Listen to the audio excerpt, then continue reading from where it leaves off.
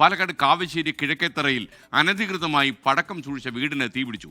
ഒരാൾക്ക് ഗുരുതരമായി പൊള്ളലേറ്റു. ആദ്യം നമുക്ക് ആ ദൃശ്യമൊന്ന് കാണാം.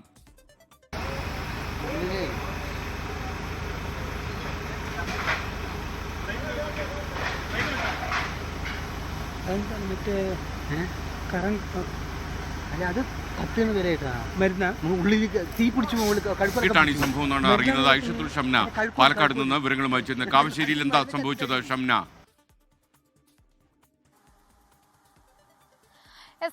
ഇന്നലെ വൈകിട്ടാണ് കാവശ്ശേരിയിൽ ഈ തീപിടുത്തം ഉണ്ടാകുന്നത്. അനധികൃതമായി പടക്ക നിർമ്മാണം നടത്തിയിരുന്ന തമിഴ്നാട് സ്വദേശി കാളിമുത്തുവിനാണ് ഗുരുതരമായി പരിക്കേറ്റിട്ടുള്ളത്. ഇയാളെ ഇപ്പോൾ തൃശൂർ മെഡിക്കൽ കോളേജിൽ പ്രവേശിപ്പിച്ചിട്ടുണ്ട്. കഴിഞ്ഞ 2 ആഴ്ച മുൻപാണ് കാളിമുത്തു ഈ പ്രദേശത്ത് വീട് വാടകയ്ക്ക് എടുക്കുന്നത്.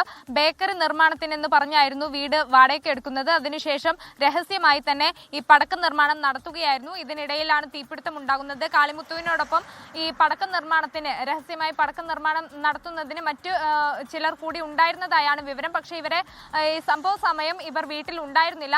എന്തായാലും ഇതൊരു ഉൾപ്രദേശമാണ്. ഇവിടെ വലിയ ഫയർ എഞ്ചിൻ എത്തിച്ച് തീ അടയ്ക്കാൻ വളരെ ബുദ്ധിമുട്ടായിരുന്നു. ഇതേ തുടർന്ന് വടക്കഞ്ചേരിയിൽ നിന്നും ചെറിയ ഫയർ എഞ്ചിൻ എത്തിച്ചാണ് ഇന്നലെ തീ അണച്ചത്. കാളിമുത്തുവിന്റെ നില ഗുരുതരമായി തുടരുന്നു എന്നതാണ് മനസ്സിലാക്കുന്നത്.